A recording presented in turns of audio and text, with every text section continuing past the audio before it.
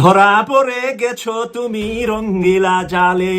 শাহাবুদ্দিন চুপুর মতো একটা খুনি পাঁচাটা গোলাম শেখ হাসিনার পায়ের দরে চুমুক খেতেন সেই কুলাঙ্গার রাষ্ট্রপতি ফেসে গিয়েছেন, আটকে গিয়েছেন এবার আজ্ঞাবাসের মাঝে। তাদেরকে ফাঁসির রশিতে ঝুলাতে আর কোনো সমস্যা থাকবে না। সকল জল্পনা কল্পনার অবসান ঘটিয়ে অবশেষে আপনাদের জন্য দারুণ গুড নিউজ। আপনাদের জন্য একটি দারুণ গুড নিউজ, সেটা হচ্ছে ভারতীয় গোয়েন্দা সংস্থা রয়ের মাধ্যমে জনাব তারেক রহমান সাহেবকে হত্যা করে এই দোষ জামাত শিবিরের ঘাড়ে চাপিয়ে দিয়ে এই ভয়ঙ্কর পরিকল্পনা আজ জাতির সামনে স্পষ্ট হয়েছে। জামাতের নজিরবিহীন বিজয়, বিএনপির 12টা বাজিয়ে দিয়েছে জামাত জোট। জামাতের ইতিহাসে এত বড় বিজয় এরকম কোনো এক্সাম্পল বাংলাদেশে নেই। বিএনপিকে নাকানি চুবানি খাইয়ে নাস্তানাবুদ করে ছেড়ে দিল। প্রথমে একটু হাসতে ইচ্ছা করতেছে, কিভাবে যে বলি কথাটা, এমন একটা কথা, এমন একটা কাম কিভাবে করলো, পুরা আইক্যাউলা বাসটা একেবারে হান্দাই দিছে। এইভাবে আইক্যাউলা বাসটা দেওয়াটা কি ঠিক হইল? সুখবর আসছে ভাই, সুখবর। সংসদের কেনাকাটায় হরিলুটের একটা চিত্র দেখাইছিলেন আপনাদেরকে। অসম্ভব সুন্দর প্রতিবেদন হয়েছে, অসম্ভব সুন্দর রিপোর্ট হয়েছে, তদন্ত হয়েছে, আমরা খুশি। এই রাষ্ট্রপতির আর কোনো অধিকার নেই বঙ্গভবনে থাকার, এইখানে এসে বক্তব্য দেওয়ার। প্রেসিডেন্ট শাহাবুদ্দিন চুপ্পু তার কিছু কুকীর্তির কথা মাননীয় স্পিকার হাউসের সামনে তুলে ধরছে। তিনি দুদকের কমিশনার ছিলেন, তাকে দুদকের কমিশনারের করা হয়েছিল 3টি অ্যাসাইনমেন্ট দিয়ে। 1 নম্বর হচ্ছে খালেদা জিয়া এবং তারেক রহমানের বিরুদ্ধে দুর্নীতির অভিযোগের শাস্তি নিশ্চিত করা। 2 নম্বর পদ্মা সেতুর দুর্নীতির অভিযোগ থেকে আওয়ামী লীগকে ক্লিন শিট দেওয়া। 3 নম্বর ফখরুদ্দিন মঈনুদ্দিন সরকারের সময় শেখ হাসিনা সহ আওয়ামী লীগ নেতাদের বিরুদ্ধে হওয়া দুর্নীতির মামলাগুলোকে বাতিল করে দেওয়া। এমন একজন ব্যক্তিকে বিএনপি সরকার রাষ্ট্রপতি হিসেবে এখনো মেনে নিচ্ছে মাননীয় স্পিকার। 2009 সালে শেখ হাসিনার ক্যাঙ্গারু আদালতের নির্দেশে এই শাহাবুদ্দিন চুপুর নেতৃত্বে 3 সদস্যের judicial inquiry commission on minority torture in 2001 করেছিল শেখ হাসিনার ক্যাঙ্গারু কোর্ট। এই প্রতিবেদন অনুসারে বিএনপির 26,000 বিএনপির নেতাকর্মীকে 2001 সালে ক্ষমতায় এসে কয়েক হাজার হিন্দুকে তারা হত্যা করেছে, এজন্য দায়ী করা হয়েছিল মাননীয় স্পিকার। এবং আওয়ামী লীগ এই রিপোর্ট দেশে বিদেশে এই রিপোর্ট ফেরি করে তারা নিজেদের এখানে ক্ষমতায় থাকাটাকে পাকাপোক্ত করেছিল। মাননীয় স্পিকার, এই রাষ্ট্রপতি চুপ্পু এসালামের হাতে ইসলামী ব্যাংকে তুলে দেওয়ার কারিগর 2 কোটি আমানতকারীকে পথে বসিয়েছিল। এবং জুলাই গণহত্যার সময় তার ভূমিকা, ফ্যাসিবাদের সাথে তার সংশ্লিষ্টতা সবকিছু আমরা জানি। আমাদের দুর্ভাগ্য, এই দুর্নীতিবাজ, অপদার্থ, মিথ্যুক, গণহত্যার দোষর এখনো বাংলাদেশের রাষ্ট্রপতি। একটা আলোচনা কয়েকবার এসেছে যে রাষ্ট্রপতির অধীনে কেন শপথ নিয়েছি আমরা বলতে এখানে ব্যক্তিগতভাবে আমার কথাই বলেছে, কারণ আমি এখানে শপথ নিয়েছিলাম। তো মাননীয় স্পিকার, সেই সময় প্রেক্ষাপট আর এখনকার প্রেক্ষাপট কি এক? জুলাই গণঅভ্যুত্থানের পরে 5ই আগস্টের পরে আমাদের সামনে 2টা অপশন ছিল। আমরা বলেছিলাম জাতীয় সরকার করতে হবে, সেই জাতীয় সরকারের প্রস্তাব বিএনপি নাকচ করে দিয়েছে। আমাদের সামনে আরেকটা অপশন ছিল ক্ষমতা আর্মির হাতে তুলে দেওয়া। যদি আমরা সেই দিকে আগাতাম আজকে তারা এখানে বসতে পারতেন কিনা মাননীয় স্পিকার, সেটা সন্দেহ আছে। দেশের স্বার্থে, দেশের স্থিতিশীলার স্বার্থে আমরা সেই সময় সরকারে গিয়েছিলাম, আমরা শপথ নিয়েছিলাম। কিন্তু বৈষম্যবিরোধী ছাত্র আন্দোলন খুব স্পষ্টভাবে 2024 সালে কিন্তু এই রাষ্ট্রপতির অপসারণ চেয়েছিল। সেই সময় সাংবিধানিক ধারাবাহিকতার কথা বলে রাষ্ট্রপতির পক্ষে অবস্থান নিয়েছিল বিএনপির মহাসচিব মির্জা ফখরুল আলমগীর সাহেব, তিনি নিজেই কথা বলেছিলেন। ফলে এখন তো একটা নির্বাচিত সরকার মাননীয় স্পিকার, এখন তো চাইলেই বিএনপি রাষ্ট্রপতি পরিবর্তন করতে পারে সরকার। এবং আমরা বিশ্বাস করি বিএনপিতে সেই ধরনের যোগ্য আস্থাভাজন ব্যক্তি নিশ্চয়ই রয়েছে। এবং সরকার দলের সদস্য অনেকে গৌরবের সাথে বলেছেন যে যেই রাষ্ট্রপতি জিয়াউর রহমানের বিরোধিতা করেছেন, সেই রাষ্ট্রপতি এখন জিয়াউর রহমানের প্রশংসা করছে। মাননীয় স্পিকার, গাধাকে দিয়ে আপনি হাল চাষ করিয়ে এটার মধ্যে কোনো বাহাদুরি নাই। এটা আপনাদের দেউলিত্ব, সরকারের দেউলিয়াত্ব যে সরকার এখনো রাষ্ট্রপতি পরিবর্তন করতে পারছে না মাননীয় স্পিকার। সংসদীয় বিতর্কে জামাতের নজিরবিহীন বিজয়, বিএনপির 12টা বাজিয়ে দিয়েছে জামাত জোট। দর্শক, সংসদের প্রথম অধিবেশন প্রায় শেষ। এখানে অনেক কিছুতে বিতর্ক হয়েছে, সে বিতর্কের ফলাফল ঘোষণার সময় এসেছে। একথা যদি বলি, জামাতের ইতিহাসে এত বড় বিজয় এবং সংসদীয় বিতর্কে বিরোধী দল এইভাবে জেতে এরকম কোনো এক্সাম্পল বাংলাদেশে নেই। যখন আওয়ামী লীগ ক্ষমতায় ছিল তখন বিএনপিকে নাকানি চুবানি খাইয়ে নাস্তানাবুদ করে ছেড়ে দিত। তো আমি একটা ভিডিও দেখলাম গতকালকে, ফজলুর রহমানের বক্তব্যের প্রেক্ষিতে একজন ফেসবুকে পোস্ট করেছেন, এই নেন মুক্তিযুদ্ধের ইতিহাস শোনেন। শেখ হাসিনা বক্তব্য দিচ্ছেন, শেখ হাসিনা তথ্য প্রমাণ যুক্তি নানান রেফারেন্স দিয়ে, চিঠি বই পুস্তক দিয়ে প্রমাণ করছেন যে জিয়াউর রহমান ছিলেন পাকিস্তানের চর, জিয়াউর রহমানের মুক্তিযোদ্ধা খেতাবি থাকা উচিত না, জিয়াউর রহমানের কবর ওই জায়গা থাকা উচিত না, জিয়াউর রহমানের লাশ ওই জায়গা নেই, কে বলেছে কি, এর স্বাদ অমুক তমুক নানানভাবে প্রমাণ করছে। এবং প্রমাণ করা হচ্ছে যে বিএনপি হচ্ছে রাজাকারের দল, স্বাধীনতা বিরোধী দল। আপনি চিন্তা করেন যে সংসদে আগে বিরোধী দল বিএনপিকে এভাবে, শুধু বিএনপি না, পুরো জিয়াউর রহমানকে রাজাকার পাকিস্তানের চর হিসেবে প্রমাণ করতো শেখ হাসিনা। এবং শেখ হাসিনার বক্তব্য রিফিউট করার মতো কোনো যোগ্যতা বিএনপির কারো ছিল না এবং পারত না। স্বাধীনতার ঘোষক তো দূরটি বাদ, তিনি পাকিস্তানের চর ছিলেন। জিয়াউর রহমান মুক্তিযোদ্ধাদের মৃত্যুর দিকে ঠেলে দিয়েছেন, এই কথা বলতো হাসিনা। অথচ জিয়াউর রহমান ছিলেন স্বাধীনতার অবিসংবাদিত নেতা। জিয়াউর রহমান ছিলেন শেখ মুজিবুর রহমানের পক্ষে স্বাধীনতার ঘোষণা কেন। তো দর্শক, এবং জিয়াউর রহমানের বীরত্ব গাথা অনেক ইতিহাস এক্সেপশনাল, সেক্টর কমান্ডার অনেক ছিল থাকলেও জিয়াউর রহমান ছিলেন আলাদা, অসাধারণ ব্যক্তি। সেই জিয়াউর রহমানকে কি করতেন, মানে সংসদীয় বিতর্কে বিরোধী দল এভাবে নাস্তানুবোধ হতো। আবার যখন বিএনপি ক্ষমতায় ছিল তখন আওয়ামী লীগকে এভাবে নাস্তানুবোধ করতো, যদিও আওয়ামী লীগকে এতটা নাকানি চুবানি বিএনপি খাওয়াতে পারেনি, কিন্তু তারপরও বিএনপি আওয়ামী লীগ কখনো জিততে পারেনি। কিন্তু এবার বিরোধী দল জামাত প্রত্যেকটা মোমেন্টে জামাতের বিজয় নজিরবিহীন। যেমন ৭১ নিয়ে বিতর্ক হয়েছে, এই বিতর্কে স্বাধীনতার পক্ষে বিপক্ষে নানান কথাবার্তা হয়েছে। আরে ভাই, বিএনপি তো আত্মঘাতী গোল দিয়ে দিয়েছে। যেমন ফজু পাগলা জামাতের বিরুদ্ধে বলেছে, সেখানে বিএনপির স্পিকার, বিএনপির সালাউদ্দিন আহমেদ, তারা নিজেরাই জামাতের পক্ষে গোল দিয়ে দিয়েছে। তারাই বলছেন যে না, জামাতেও মুক্তিযোদ্ধা আছে তাদের। আবার কেউ বলছেন যে জামাতে যারা মুক্তিযোদ্ধা তাদেরকেও বলা হোক যে এখন বক্তব্য রাখবেন বীর মুক্তিযোদ্ধা অমুক। আবার স্পিকার বলছেন যে না, এখানেও মুক্তিযোদ্ধা আছে। সালাউদ্দিন আহমেদ বলছেন যে না, ইতিহাস ঘাটাঘাটি করে পক্ষে বিপক্ষে এরকম বিভাজন করা ঠিক না, এই রাজনীতি আমরা করতে চাই না। এর মানে জামাতের বিরুদ্ধে একমাত্র অভিযোগ ৭১ স্বাধীনতা বিরোধিতা। এটা করে বিএনপি আত্মঘাতী গোল খেয়েছে। বিএনপির কেউ চেষ্টা করেছেন কিন্তু কাজ হয়নি। বিএনপি জুলাই বিরোধিতা করেছেন। বিএনপির কমপক্ষে 12 জন এমপি ইনিয়ে বিনিয়ে জুলাই সনদের বিরুদ্ধে বলেছেন এবং জুলাই সাথে ৭১ তুলনা করে জুলাইকে ছোট করার চেষ্টা করেছেন। যদিও জুলাই সনদ, জুলাই কিংবা ৭১ এর সাথে তুলনাযোগ্য না, দুইটা আলাদা আলাদা। বাপ শ্রেষ্ঠ না দাদা শ্রেষ্ঠ, এই আলোচনা যেরকম হয় না, এরকম না আপনি শ্রেষ্ঠ, এই আলোচনা যেরকম অযাচিত, ৭১ বড় না 24 বড়, এটা অযাচিত। সবার বড় দাদা, তারপরে বাপ, তারপরে আমি, এটি সিস্টেম। তো ৭১ সবার বড়, তারপরে 24। তো এটা নিয়ে আসলে 24-এর পক্ষের শক্তির মধ্যে কোনো হীনমন্যতা নেই। কিন্তু বিএনপি চেষ্টা করেছে, কিন্তু তাও কিন্তু পারেনি। বিএনপি জুলাই সনদ মানুক বা না মানুক, তারা বলতে বাধ্য হয়েছে আমরা জুলাই সনদ মানি, জুলাইয়ের পক্ষের আমরা অক্ষরে অক্ষরে মানি। জামাত যেটা চায় আমরাও সেটা চাই, এবং জামাত স্বাধীনতা বিরোধী এটা না। এই কথাগুলো বিএনপি বলতে বাধ্য হয়েছে। আরো এরকম বিএনপির কেউ অতি উৎসাহী হয়ে যেসব যুক্তি দিয়েছিল, এই যুক্তি কিন্তু টিকে নেই। এবং শেষ পর্যন্ত প্রমাণিত হলো যে বিএনপি জামাতের মধ্যে মৌলিক কোনো ইখতিলাফ নেই। হ্যাঁ, বিএনপি যদি প্রতারণা করে that would be different, but BNP এবং জামাতের মধ্যে কোনো মৌলিক পার্থক্য নেই।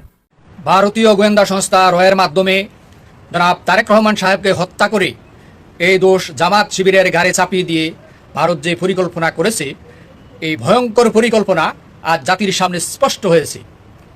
ভারত যে কৌশলে শেখ মুজিবুর রহমানকে হত্যা করেছে, এই রয়ের মাধ্যমে জিয়াউর রহমানকে হত্যা করেছে, ঠিক একই কৌশলে জনাব তারেক রহমান সাহেবকে ভারত হত্যা করে এই দোষ জামাত শিবিরের ঘাড়ে চাপিয়ে দিয়ে জামাত নির্মূল, বাংলাদেশের আলেম ওলামাকে নির্মূল তথা ইসলামকে নির্মূল করার যে পরিকল্পনা ভারত করেছে, বাংলাদেশের সকল মুসলমানদেরকে ঐক্যবদ্ধভাবে তা প্রতিহত করতে হবে, সজাগ থাকতে হবে, সতর্ক থাকতে হবে। আর না হয় বাংলাদেশ থেকে তারা ইসলামকে নির্মূল করে দিবে।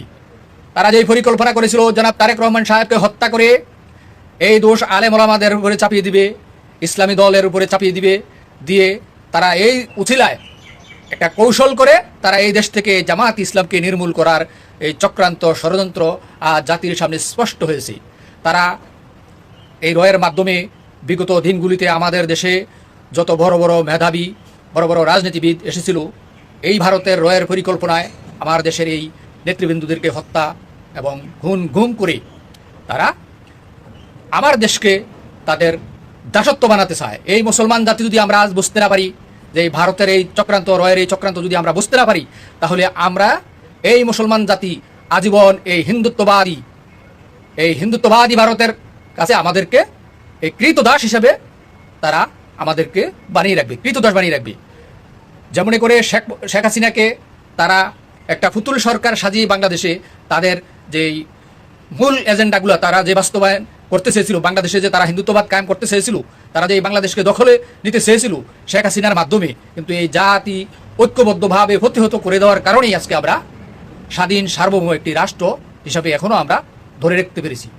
আর যদি এ জাতি ভুল করে যদি সরকারি দল বিরোধী দলের মধ্যে দ্বন্দ্ব লাগিয়ে বাংলাদেশে একটি দাঙ্গা হাঙ্গার সৃষ্টি করা হয়, এই সুযোগে ওই নরপিশাচুরা তারা জাগ্রত হয়ে এই বাংলাদেশে নৈরাজ্য সৃষ্টি করে বাংলাদেশকে ভারতের হাতে তুলে দেওয়ার যে পরিকল্পনা, এই পরিকল্পনা সম্পর্কে পুরা জাতিকে ঐক্যবদ্ধভাবে মোকাবিলা করতে হবে, সতর্ক থাকতে হবে। আপনারা নির্বাচিত হয়ে আসছেন, নতুন সরকার গঠন করছেন, নতুন একজন রাষ্ট্রপতি দেন, তাহলে তো এত কথা হয় না। আজকে যেভাবে সংসদে দাঁড়ায়া ওনার কথা বললো যে ওনাকে কেন গ্রেফতার করা হচ্ছে না, উনি তো স্বৈরাচার শাসকের দোসর, উনি তো আমাদের ব্যাংক ট্যাঙ্ক লুটপাট করে ওই এস আলমের হাতে দিছিল, তারপর আর কি কি কথা বললো এটা তো আপনারা শুনছেন। এরকম ভাই শত শত অভিযোগ ওনার বিরুদ্ধে, তারপরে ওনাকে রাখতে হবে। এতে কি বার্তা যাচ্ছে আপনারা নিজেরা একবার চিন্তা করে দেখেন। হ্যাঁ, বিএনপি যারা করেন ভাই, আপনারা নিজেদেরকে প্রশ্ন করেন, এটা কি ঠিক হচ্ছে? বলেন, আপনারাই বলেন, এটা কি ঠিক? নিশ্চয়ই ঠিক না। আজকে কিন্তু সংসদের হিরো ছিল নাহিদ ইসলাম, অনেক রকম প্রশ্ন সামনে নিয়ে আসছে। সাংবাদিকরা এই যে মাইর খাইছে থানার ভিতরে, ওই মামলাটা কেন নেওয়া হচ্ছে না, সাংবাদিকরা কেন বিচার পাচ্ছে না, এই প্রশ্ন উনি করছে। তারপরে কাগজে লেখা নিয়ে আসছে গত 2 মাসে 31 জন খুন হয়েছে, 31 জন, 14টা ধর্ষণ মামলা হয়েছে, 184টার মতো হামলা হয়েছে, আরো অনেক কাহিনী সামনে তুলে ধরছে। কিন্তু কে জবাব দিবে? কেউ জবাব দিবার নাই। সবাই ভাই খালি শুইনা যায় আর হাততালি দেয়, থাপড়ায়, টেবিল থাপড়ায়। এই সংসদ যে এরকম আগে বুঝি নাই, অতীতের সংসদের দিকে এতটা মনোযোগ তো দেই নাই, দেওয়া দরকারও ছিল না, কারণ ওই টাইমে এইসব নিয়ে কথা বলতে গেলে তো ভাই গায়েব হয়ে যেতাম। এখন ওই গায়েব হওয়ার ভয়টা নাই। এই সরকার এখনো ওই পথে যায় নাই, গত সরকার যে পথে ছিল ওই পথে যায় নাই। তবে আজকে স্বরাষ্ট্রমন্ত্রী উনি কিন্তু ইউটিউবারদের নিয়ে কথা বলছে। হ্যাঁ, দেশি এবং বিদেশি ইউটিউবার, বিদেশ বলতে তো বুঝছেন কাদেরকে ইঙ্গিত করছে, বলছে বহুত বেশি স্বাধীনতা ভোগ করতেছে ইউটিউবাররা।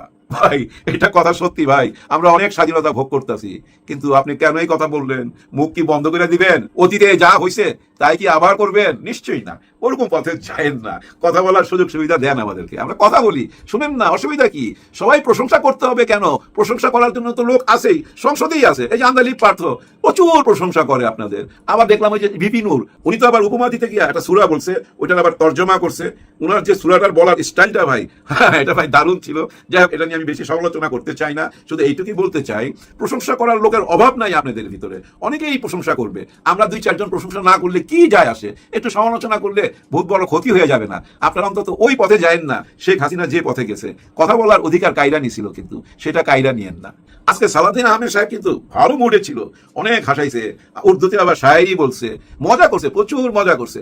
আজকে সালাউদ্দিন সাহেবের কথাবার্তা শুনে মনে হইলো আর কোনো টেনশন নাই, কোনো টেনশন কাজ করতেছে না। ওই যে জুলাই নিয়ে যে একটা টেনশন ছিল না, আন্দোলন হবে আন্দোলন হবে, ওই টেনশনটা কাইটা গেছে। কাইটা যাওয়ার পিছনে কারণ কি জানেন? এই যে সামনে কোরবানি ঈদ আসতেছে, মানুষ গরু ছাগল কেনাকাটার মধ্যে ব্যস্ত হয়ে যাবে, এখন কোনো আন্দোলন হবে না। এটা সালাউদ্দিন সাহেব অঙ্ক কইরা বুঝা ফেলাইছে, যার জন্য কোনো টেনশন কাজ করতেছিল না, হাসি খুশি ছিল। যা কিছু হবে ঈদের পর, ওই যে আবার ঈদের পর বিএনপির আন্দোলনের কথা হইলেই বলতো না, ঈদের পর ঈদের পর। এখনো বিরোধী দলের ওই একই অবস্থা, ঈদের পরে আন্দোলন। কি আন্দোলন করবে? আন্দোলনের ইস্যু তো একটাই, জুলাই। জুলাই নিয়ে আন্দোলন হইতেই হবে, জুলাইয়ের অধিকারটা তো আদায় করতেই হবে, সেটা ঈদের পরে, ওই ঈদের পরে। যাই হোক, আপাতত ভাই টেনশন ফ্রি কাটাইতে চাই। সামনে কোরবানি ঈদ আসতেছে, দেখি কেমন ঈদ কাটাইতে পারি। গত ঈদে কিন্তু মানুষ ভালোভাবে ঈদ করতে পারে নাই, যাওয়া আসার ব্যবস্থাটা খুবই খারাপ ছিল, আপনারা দেখছেন। নিশ্চয়ই সরকার সেটা মাথায় রেখা আগামী ঈদটা সুন্দরভাবে পার করবে। ঈদের পরে যায় জুলাই নিয়ে হয়তো আমরা আবার কথা বলবো, ঈদের আগে আর কোনো কথা হবে না। বর্তমানে আবার ওয়েদারটা অন্যরকম হয়ে গেছে, দেখেন না, ঝড় তুফান বৃষ্টি। আর হ্যাঁ, চিটাগাংয়ের অবস্থা দেখছেন কি খারাপ অবস্থা, এই পর্যন্ত পানি। কিন্তু একজন নেতাকে দেখলাম, উনি বলতেছে কোথায় পানি কোথায় পানি, উনি পানি খুঁজে পায় না। মানে পানি কেন দাঁড়ায় রইল না? উনার তো যাইতে 2 দিন লেট হয়েছে, পানি তো নাইমা গেছে। পানি নাইমা যাওয়ার পর উনি যায় বলতেছে কোথায় পানি কোথায় পানি। তারপর আবার বলছে, দেখেন এই ছোট্ট একটা ব্যাপার নিয়ে আমাদের প্রধানমন্ত্রী দুঃখ প্রকাশ করছে। ওনার কাছে চিটাগাং এই পানি উঠার ব্যাপারটা ছোট্ট একটা ব্যাপার, যার জন্য ছোট্ট ব্যাপার নিয়ে প্রধানমন্ত্রী দুঃখ প্রকাশ করছে। দেখেন, ওনার কাছে ছোট্ট হইলে কি হবে? ওনার কাছে ছোট ব্যাপার, কিন্তু যাদের ক্ষয়ক্ষতি হয়েছে তারাই শুধু জানে। আমি দেখলাম একটা ফার্মেসির ভিতরে ভাই পানি এতটুকু, সমস্ত ওষুধ পানিতে ভাসতেছে। এইভাবে যে কত দোকানদারের কত মালপত্র নষ্ট হয়েছে, যাদের মালপত্র নষ্ট হয়েছে, যাদের সম্পদ গেছে, তারাই তো বুঝতে পারে কি দুঃখটা, কষ্টটা কোথায়। এটা আমরা বুঝতে পারব না। তবে বিদায়ের আগে শুধু এটুকুই বলবো, এই যে এত বড় একটা পদ, রাষ্ট্রপতির পদ, এখানে ওনার পিছনে কত টাকা খরচ। ওনার যে বাড়ির এলাকায় যেখানে উনি থাকে, এই এলাকাটা ভাই বিরাট বড় এলাকা। ওখানে ভাই খানসামা, বাবুর্চি, মালি, সিকিউরিটি, বহু খরচ এই রাষ্ট্রপতির পিছনে, বহু টাকা খরচ। এত টাকা খরচের পর ওনার কি কাজ আমি কিন্তু আসলে খুঁজে পাই না, আমি তো দেখলাম গত 2 বছরে এই সংসদ উদ্বোধন করার জন্য উনি আসছিল, এটা একটা বিরাট কাজ। আর কি কাজ? 2-3টা পত্রিকায় ইন্টারভিউ দিছিল। আর কি কাজ? না, আর মনে নাই। আপনাদের যদি মনে থাকে একটু লেখা জানেন আসলে ওনার কি কাজ। এটা আমার অজ্ঞতা, আমি জানি না। আপনারা একটু আমার লেখা জানেন। বেশি কথা বলুন না, শরীরটাও ভালো না। হ্যাঁ ভাই, জ্বর সর্দি, তারপরও কথা বলতে আসছি এই জন্য যে আজকে সংসদে মহামান্য রাষ্ট্রপতিকে যেভাবে আমাদের নাহিদ ইসলাম ধোলাই করলো, আমার সত্যি লজ্জা লাগতেছিল। রাষ্ট্রপতি নিশ্চয়ই এগুলো দেখতেছে, দেখার পর নিশ্চয়ই উনি লজ্জা পাইতে চাইতেছে, এমনও তো হইতে পারে রাগ কইরা উনি পদত্যাগ কইরা ফেললো, হইতে পারে না ভাই? রাগ কইরা পদত্যাগ করলো যে না ভাই আমি থাকুম না, আমার আপনারা সংসদে বসে বেজ্জতি করেন। বাইরে যে যাই কিছু বলুক না কেন, সংসদে যদি এভাবে কথা বলে, হ্যাঁ ওনাকে হ্যান্ডকাপ করাইতে বলছে, তো উনি অপরাধী, উনি শেখ হাসিনার অপরাধের সঙ্গে জড়িত ছিল, শেখ হাসিনা যতগুলো অপরাধ করছে সবগুলোর সাথে তো উনি জড়িত, এইভাবে কথা বলছে নাহিদ ইসলাম, ওনাকে গ্রেফতার করার দাবি জানাইছে। চিন্তা করেন কত লজ্জার ব্যাপার না? যার জন্য আমার মনে হয় এই যে সংসদে যত তুচ্ছ তাচ্ছিল্য করতেছেন বিরোধী দলকে, অনেকে হাসি ঠাট্টা করতেছেন, আর রাজাকার ট্যাগ তো আছে, এটা দিয়েই যাচ্ছেন, আরো দিয়া যান, যত রকম তুচ্ছ তাচ্ছিল্য করেন, কোনো অসুবিধা নাই। এই দেশটাকে সত্যি সত্যি যদি আপনারা গইরা তুলতে চান, তাহলে বিরোধী দল এবং সরকারি দল এক জায়গায় আসেন।